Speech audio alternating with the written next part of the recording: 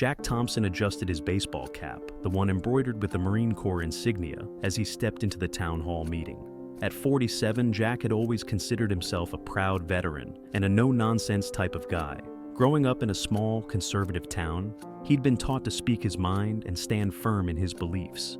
That's exactly what he intended to do tonight.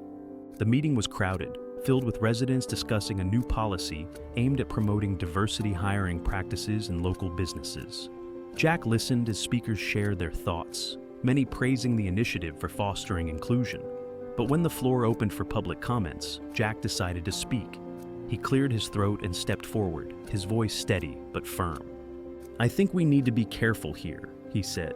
"It's one thing to talk about fairness, but let's not forget the hard-working people already in this town. They shouldn't be overlooked just to meet some kind of quota." The room fell silent for a moment before murmurs began to ripple through the crowd. Jack returned to his seat, sensing the tension, but convinced he'd simply stated the obvious. He didn't think much of it as he left the meeting, exchanging polite nods with a few familiar faces on his way out. The next morning, however, everything changed. Jack's comments had gone viral, fueled by a snippet of video someone had posted online. The caption read, "Local veteran speaks out against diversity." By midday, his phone buzzed incessantly with notifications, some in support, but many condemning him as a racist. Messages flooded his social media accounts, calling him names he'd never imagined being associated with his character. The backlash wasn't limited to online vitriol. Protesters appeared outside his house, holding signs that labeled him a bigot and a symbol of oppression. Local businesses where Jack had once been, a regular stopped welcoming him, and neighbors who had once waved warmly now crossed the street to avoid him. For Jack, it felt like his entire world had turned upside down. He'd served his country, fought for the freedoms others took for granted, and now he was being branded a racist. The accusations didn't just hurt, they confused him. He hadn't meant to offend anyone, so why were people so angry? As the days passed, Jack found himself retreating further into his home, questioning not only the world around him, but also himself. What had he said or failed to understand that had led to this storm? For the first time in his life, Jack felt like a stranger in his own community. The days following the town hall were a blur of anger, confusion, and isolation for Jack. At first, he tried to brush off the online comments and protests outside his home. He had always been tough, a trait drilled into him during his years in the Marine Corps. But this was different. The accusations felt deeply personal, like an attack on the core of who he was. The backlash intensifies. It wasn't just strangers on social media who were piling on. People in his own community began distancing themselves. His neighbors avoided eye contact. The cashier at the grocery store suddenly seemed too busy to chat. And even his morning coffee shop routine was interrupted when the barista hesitated before handing him his order. "What's happening, Dad?" his teenage daughter Emily asked one night, her voice tinged with worry. She had seen the protesters outside their house, the signs with harsh words. "Why are people so mad at you?" Jack sighed, running a hand through his graying hair. "I spoke my mind, sweetheart. Some people didn't like what I said." "But are you a racist?" Emily asked hesitantly, her wide eyes searching his face. The question hit Jack harder than he expected. "No," he said firmly.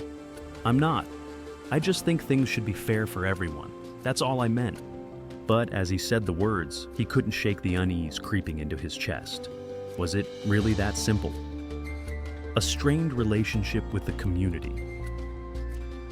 The more Jack tried to justify his comments, the more alienated he became.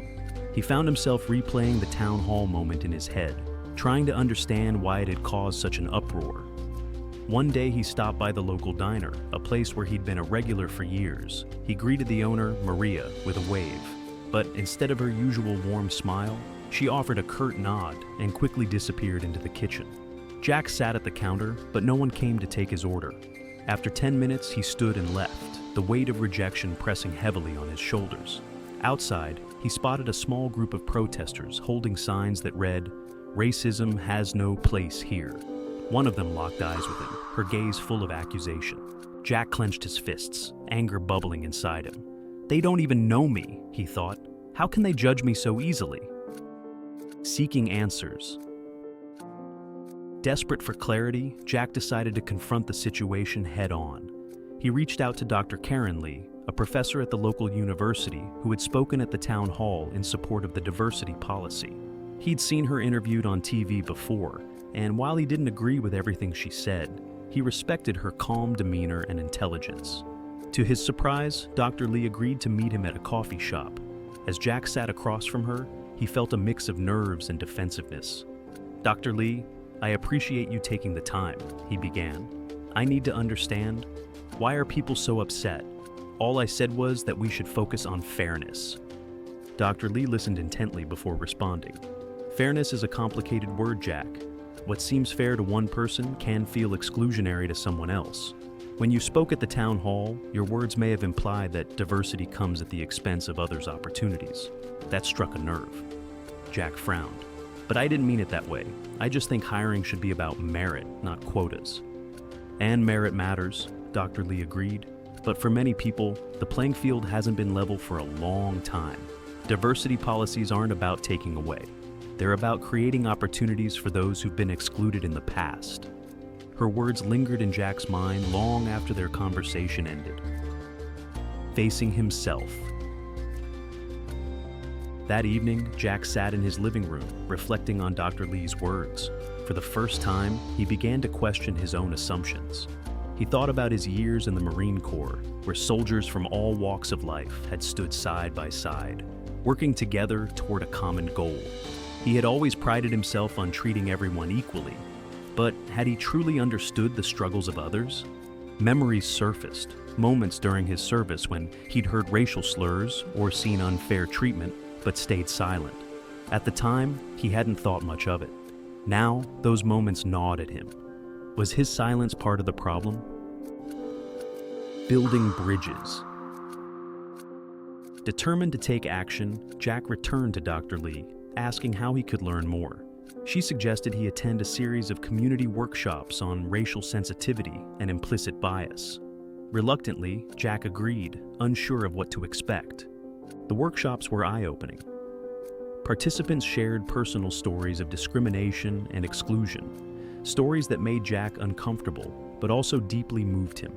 He began to see how systemic issues could persist, even in places that prided themselves on equality. One man, Marcus, spoke about being followed around in stores and constantly feeling the need to prove he belonged. "It's exhausting," Marcus said. "You start to internalize it, even though you know it's not your fault." Hearing Marcus's story hit Jack hard. He thought about how he had judged others at the town hall without fully understanding their experiences. Reaching out. As Jack began to grasp the bigger picture, he felt a growing need to repair the rift in his community. He started volunteering at a local community center, helping with programs that supported underprivileged youth. Through his work, he met people from diverse backgrounds, each with their own struggles and triumphs. He also began speaking one-on-one with protesters outside his home, inviting them to share their perspectives. While not everyone was receptive, a few agreed to talk. These conversations, though difficult, helped Jack see the humanity behind the anger directed at him. Repairing relationships. At home, Jack worked to rebuild trust with Emily. They spent evenings discussing what he was learning in the workshops and at the community center. Emily listened intently, occasionally asking questions that forced Jack to think even deeper. "You're really trying, Dad," she said one night. "I'm proud of you." Her words filled Jack with a quiet sense of relief. For the first time in weeks, he felt like he was making progress, not just in understanding others, but in becoming a better father and community member. Months later, the tension that had once surrounded Jack seemed to ease. The protesters no longer gathered outside his home, and the whispers at the grocery store had quieted. But Jack's journey was far from over. He had spent the past weeks immersed in difficult conversations, attending workshops, and volunteering at the local community center. The changes in his life weren't cosmetic, they were foundational. A public reckoning. At Dr. Lee's suggestion, Jack decided to speak at a community event organized by the local university. The event, titled Bridging Divides: Conversations About Unity, aimed to create an open dialogue between residents with differing perspectives. Jack stood nervously behind the podium, scanning the crowd. His heart pounded as he saw familiar faces, some of whom had been his harshest critics. "I'm not here to defend what I said at the town hall," Jack began, his voice steady but measured. "I've come to understand that my words hurt people, even though that wasn't my intention. For that, I'm truly sorry." The room was silent as Jack continued, sharing his journey of self-reflection and the lessons he had learned. He spoke about the stories he had heard in the workshops, the friendships he had built at the community center, and the ways those experiences had reshaped his understanding of fairness and privilege. "I used to think the world was simple. Just work hard and you'll get what you deserve. But I've learned it's not that simple for everyone. There are barriers I never saw because I've never had to face them. And that ignorance, my ignorance, was part of the problem." A turning point. As Jack stepped away from the podium, the crowd erupted into applause. To his surprise, people approached him afterward, some offering handshakes, others sharing their own stories. Marcus, the man who had shared his struggles during the workshop, was among them. "That took courage," Marcus said, clapping Jack on the shoulder. "It's not easy to admit when you're wrong, but it's the first step toward making things right." Jack nodded, a weight lifting from his chest. For the first time in months, he felt like he belonged again, not because he had returned to who he was before, but because he had become someone better. Looking ahead. The next morning, Jack and Emily sat on the porch, enjoying the sunrise. "You're different now, Dad," Emily said with a small smile. "I hope so," Jack replied. "But there's still more to learn." As he watched the world wake up, Jack felt a renewed sense of purpose. The road ahead wasn't easy, but it was one he was ready to walk, step by step, with his community by his side.